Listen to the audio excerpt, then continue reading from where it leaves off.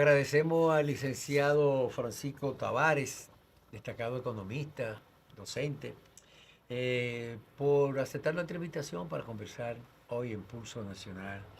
Buenas noches, doctor, ¿cómo se siente? Muy bien, Osvaldo. Contento de estar por aquí. Ya hemos desfilado otras veces, Claro. ¿verdad? En este prestigioso programa y bueno, siempre tratamos temas de novedad económica. Claro que sí. Esa es la... Y qué oportuno sería, porque ya estamos ya a final de año, faltan unos días nada más para que concluya el 2024, y me gustaría que hicieran un balance mm, sobre el comportamiento de la economía durante el año, un año realmente muy especial por las situaciones que se crearon en el país, las medidas que hubo que tomar y sobre todo en medio de un proceso electoral. Este año hubo Así dos es. elecciones y hubo muchas tensiones sociales y políticas y por supuesto el comportamiento de la economía. ¿Cómo valora el año 2024 y cuáles serían las perspectivas para el 2025? Bueno, fíjate, Osvaldo, si analizamos la marcha de la economía a nivel, primero tenemos que, vamos a decir, desglosar sus fundamentos y su comportamiento. El nivel de crecimiento, digamos que hubo un buen repunte con respecto al año 2023. El año 2023, recuerden que la economía creció un 2.3%. Es un nivel de crecimiento por debajo del nivel potencial de la economía, como le llaman los expertos. El nivel potencial es lo que, si todos los factores productivos están en plena capacidad, la economía, si no ocurre, ¿verdad?, una eventualidad económica Debe de particular, responder de otra forma. debe crecer, y eso lo han estimado los técnicos del Banco Central y del Ministerio de Hacienda, en un 5%, 5 o Pero 5.5. este año va a cerrar un Y cinco en punto dos por ciento, o sea que es un número este muy año 2024, las proyecciones es que crezcan más de 5%, cinco punto dos por ciento se entre estima que puede ser. 5 y 5.5, 5, porque bueno, bastante. acumulado hasta septiembre, que fue el último dato que vi, anda con 5.1%. Se espera que en el último trimestre, que es un trimestre muy De activo, mucha de actividad mucha actividad económica, claro económica, que sí. comercial, ese nivel de crecimiento pues empuje, ¿verdad?, el Hacia arriba un promedio al poco. 5.3. Yo creo que por ahí es que Por va. ahí que va. Y Y si lo comparamos con la región, con otros países de la claro, región, nuestro comportamiento no es tan malo, ¿eh? si comparamos ese nivel de crecimiento con lo que hay a nivel regional, tenemos que la República Dominicana es uno de los países que incluso han sido elogiados por su capacidad de Y resiliencia y su buen nivel de comportamiento actividad económico. económica. Ahora bien, si vemos el plano fiscal, Ujú, vamos a decir, el plano de las finanzas públicas, el ujú, manejo ujú. de la actividad financiera del Estado, tenemos ahí un elemento donde pensamos que podríamos mejorar. Se dio la iniciativa de una reforma fiscal que no se pudo proceder con ella digamos, por el rechazo prácticamente decidido de una parte de la población, sobre todo con los impuestos al consumo. Tenemos que mejorar esa parte porque siempre en los informes internacionales e incluso en las recomendaciones que hace el Fondo Monetario Internacional con respecto a la evaluación económica que hace anualmente a través del cuarto capítulo, siempre se señala que es un elemento que nosotros debemos mejorar. Eh, el cómo, el cómo hacerlo, que es lo que implica una reforma, dónde es que vamos a poner énfasis, si es en los impuestos al consumo, si es en los impuestos al patrimonio, a la riqueza, esa es otra discusión.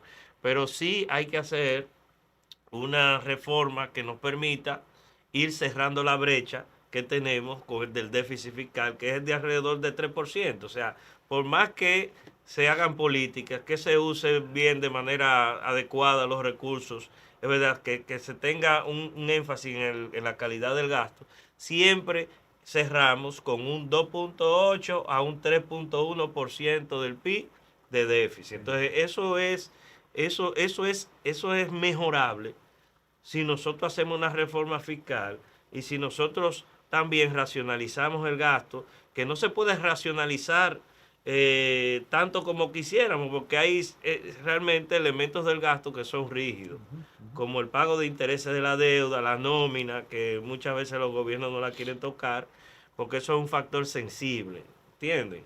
Entonces, el hecho de que el gobierno esté racionalizando la burocracia, eliminando instituciones, eso puede ir en la dirección de ir mejorando y acotando ese gasto corriente, que es lo que tenemos que contener. El gasto de capital hay que promoverlo porque ese es el gasto de inversión en infraestructura y el gasto productivo, porque es el que te va a dar, va a dotar, ¿verdad?, la economía dominicana de las capacidades para poder seguir creciendo. Si nosotros no hacemos buenas infraestructuras, carreteras, aeropuertos, acueductos, vivienda, etcétera, la economía puede llegar a un punto en que ese crecimiento, ¿verdad?, potencial se ralentice y se reduzca. Entonces lo que nos dicen los análisis económicos de los organismos internacionales también y también locales, de las agencias económicas del país, es que debemos promover el gasto de inversión. Que el gasto de capital, aquí hay un déficit del gasto de capital de alrededor de un 3 a un 5%. O sea, deberíamos aumentar eso para poder seguir en el camino del crecimiento y el desarrollo. En el aspecto monetario, hemos logrado anclar la economía en el objetivo de inflación del Banco Central. Eso es algo que es positivo. Sí, muy positivo. Está controlada alrededor de un 4%. Exactamente. O menos un 4%, estaba dentro del rango. Muy Está buen dentro del índice. rango y podemos decir que eso fue un desempeño adecuado. Realmente la República Dominicana, y hay que darle todo el reconocimiento al Banco Central, digamos que manejó muy bien la situación de la inflación que se generó por la elevación de los costos internacionales, que no fue un factor local, sino que los insumos, el transporte internacional se elevó ante una apertura, ¿verdad?, desordenada después de, digamos, de la pandemia. Entonces eso elevó la demanda, la oferta no estaba realmente acoplada a ese nivel de demanda y de consumo y generó inflación. Y la forma también que el Banco Central manejó de manera oportuna también la revisión de las tasas. Eso fue un factor que creó confianza y por supuesto promovió mucho el ahorro interno. Pero hay una situación que se ha creado con todo esto. El gobierno, en una actitud que podríamos llamar responsable de parte del presidente de la República, asumió el compromiso de promover una reforma integral, no una reforma tributaria, sino una reforma fiscal integral, cosa que muchos gobiernos la han evadido. Era más fácil seguir endeudándonos y resolviendo y dejamos eso así. Pero había que ponerle un tope.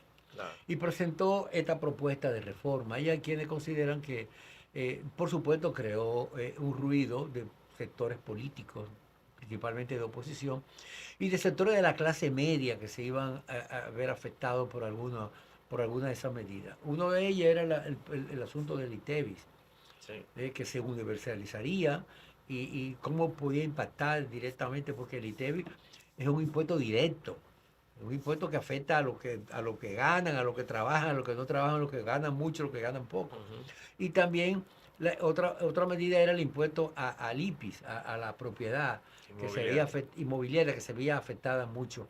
Entonces eso provocó que se creara una situación que obligó al presidente a retirar el proyecto. Pero ahora hay un consenso y hay un reclamo de que no debe dejarse la reforma pendiente, sino que la reforma debe implementarse revisando algunos de esos sectores que fueron rechazados. Quizás pudo haberse hecho una reforma realmente con pausa, ¿no? ¿Verdad? Una reforma que fuera en varias etapas. Sin embargo, se hizo una reforma rápido, un cambio radical. Y consideraban que podía ser por fase, ¿no? ¿Verdad? En los primeros 3 años, el ITEVIS tanto, los otros años, y se iba degradando.